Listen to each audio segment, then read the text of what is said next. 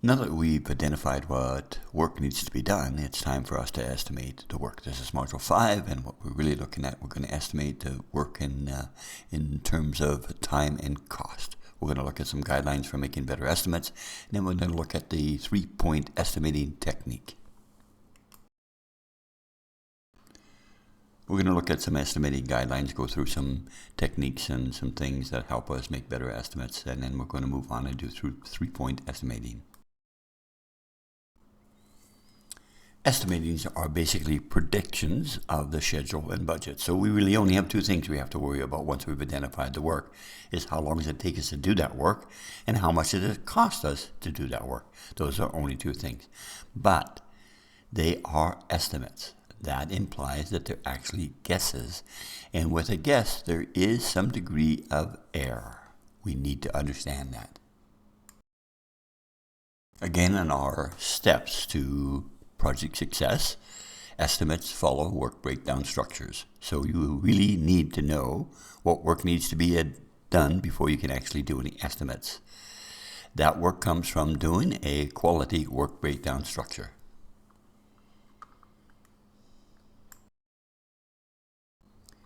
Estimating is often referred to as the weak link in project management, simply because we truly do not know what it takes until we've completed the work. We are only guessing at how long and how much it costs. However, we do have some techniques that we can apply to determine how long and how much it costs to do a piece of work.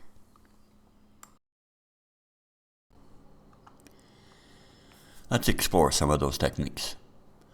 By far the best way to do this is known historical information is the best way to create an estimate. For example, if you did something similar to the project that you're working on right now, sometime in the past, you can extract from that, make some adjustments to the current economic conditions, and have a very good qualified estimate towards that particular thing. The next is ownership of estimates. Best estimates come from those who are answerable and held accountable for them. Subject matter experts are more knowledgeable than the average person who doesn't know about that particular subject. Those providing the estimates have loyalty and buy-in, and their reputation is on the line. So it makes good sense if you let somebody that understands that piece of work that needs to be done, let them tell you how long it takes and how much they think it's going to cost. That's a better estimate than somebody guessing who doesn't have any experience or exposure to that particular thing. So ownership of the estimate gives you a better estimate, but also gives you an accountability from the people who make those estimates. So it's a very unique and a very good way for us to have a qualified estimate for that piece of work.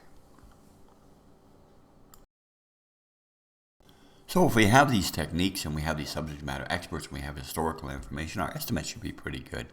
So then why, this is an interesting question, is why are so many projects over budget, both from time and from a cost standpoint?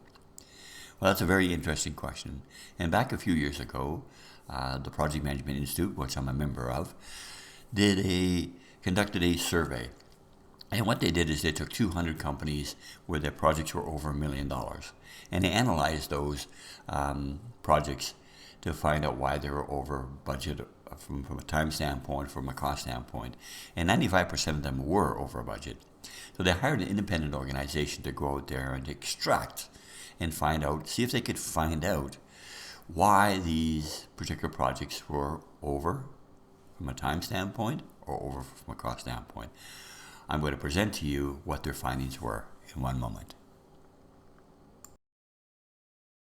So really what happened when the independent organization did the study, they found out that there was an error made when they looked at the human productivity, when they looked at the resources when it comes to a human standpoint.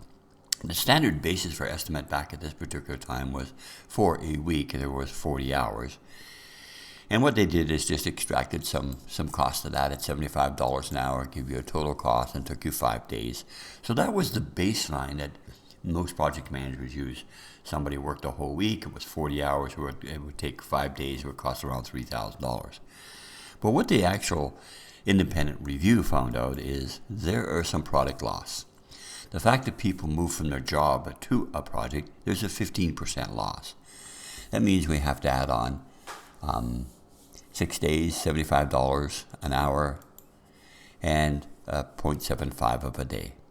And then they further found out that there's some rework loss. And this is a very interesting thing because I've looked at many projects over my my lifespan, and I've never seen any line that ever allowed for a rework of the project. That means that everybody thought that everyone can do everything perfectly. So they estimated it to be 10%. And again, you can see the figures there. It's a half a day.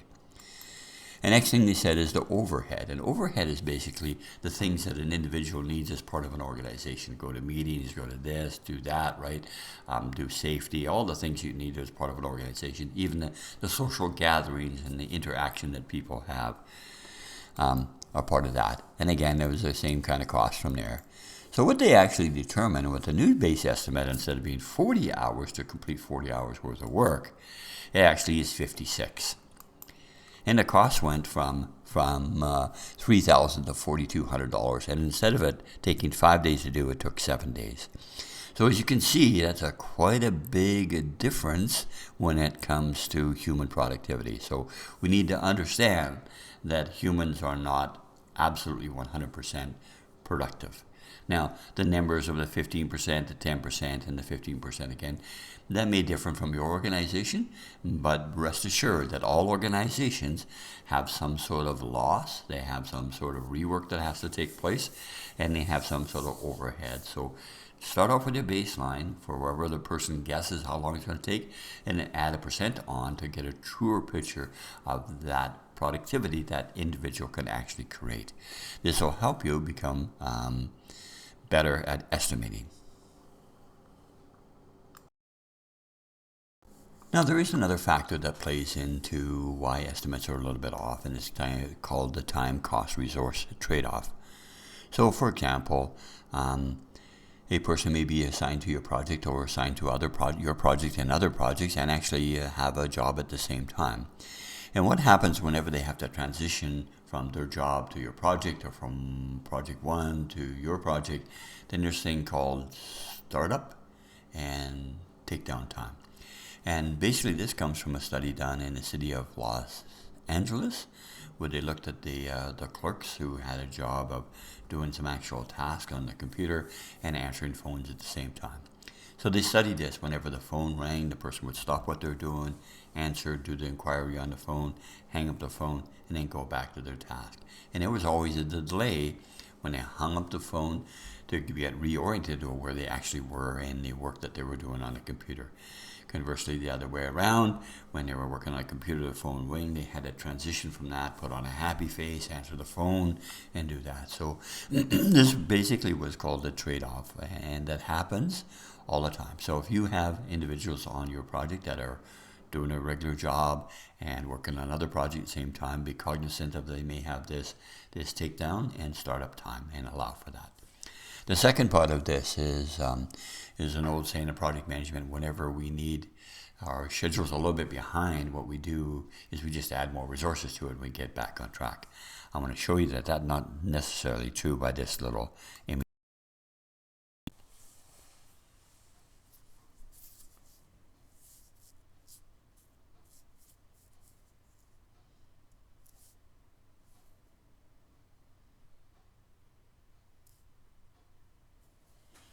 So can you see from this little image here that it's not always a good idea to do that. And it really comes down from the fact that people need to communicate, people need to interact with each other, people need to trust each other before they can actually become productive. So it's not always just a good idea to just add more bodies to that particular task to get it done quicker.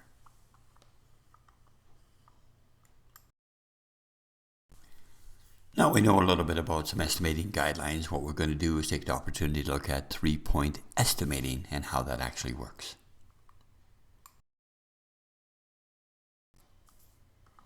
The whole concept behind 3-point estimating is to actually improve our accuracy of that. And what we do is we look at a particular work item and we look at it from 3 standpoints.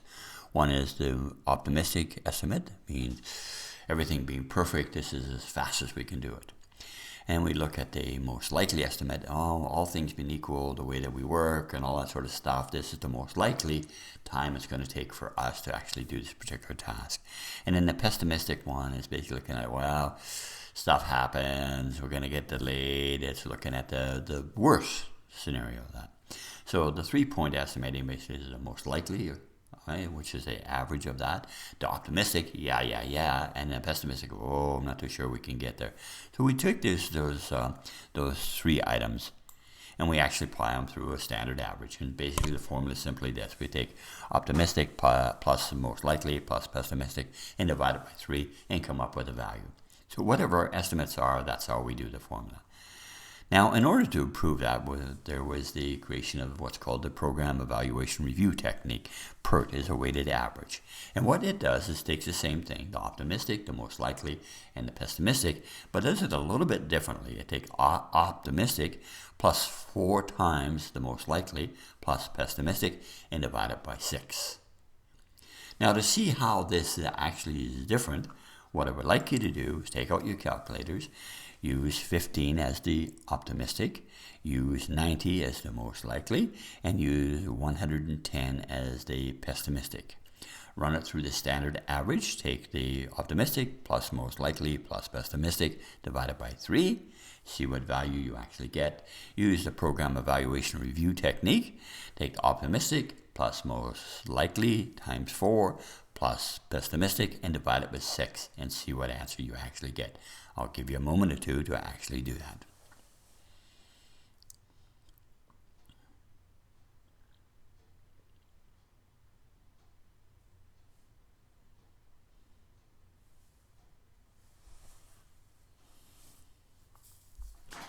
So if we take the standard average, we take the optimistic of 15, we take the most likely of 90, and we add the pessimistic 110 and divide it by 3, we should get an answer of around 71.7. Using the Program Review Evaluation Technique, we take the optimistic of 15, we add the 90 times 4, and then we add the pessimistic, which was 110, and divide it by 6. We should end up with 80.8. Now you can see that's a significant amount of difference between those two. It's almost 9 points. Now if that was days, that would be 9 days. If it was hours, it would be 9 hours. If it was months, it would be 9 months. If it was years, it would be 9 years. You can see the significant difference between those two things. So the one thing that the standard average does not take into consideration, where the Program of Evaluation Review Technique does, is this thing called risk. We'll talk about risk in future modules. But that's the difference between the two. So we as project management like to use, and the best practices say to use the Program Evaluation Review Technique when you're doing a 3-point estimate.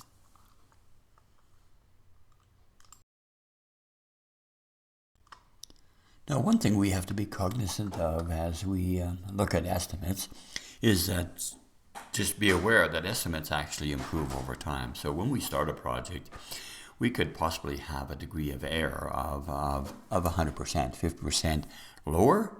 Our cost could be actually 50% lower than what we guess, or 50% higher. So if we take $1 million, we're talking about $1.5 million or 500,000. So the range is now 500,000 to $1.5 million. That's a significant amount of error.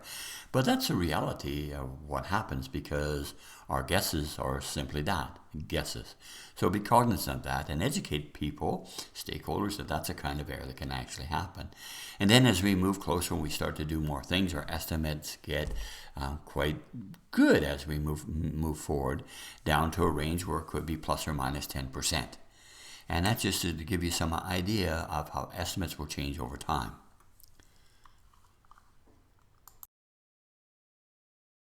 Now, of course, the question is why? The question is, why does this happen? Well, in a sense, the more we do, the more we know. The more we know, the more we can adjust. The more we adjust and make corrective actions, the better our estimates become. So simply stated, is that as we start to really get an appreciation for what our project is all about, we get better at doing estimates. Plus, we can go back on our previous estimate and say, evaluate that estimate, see how close we were, and we can make adjustments as we go forward. So that's the reasons why estimates improve over time.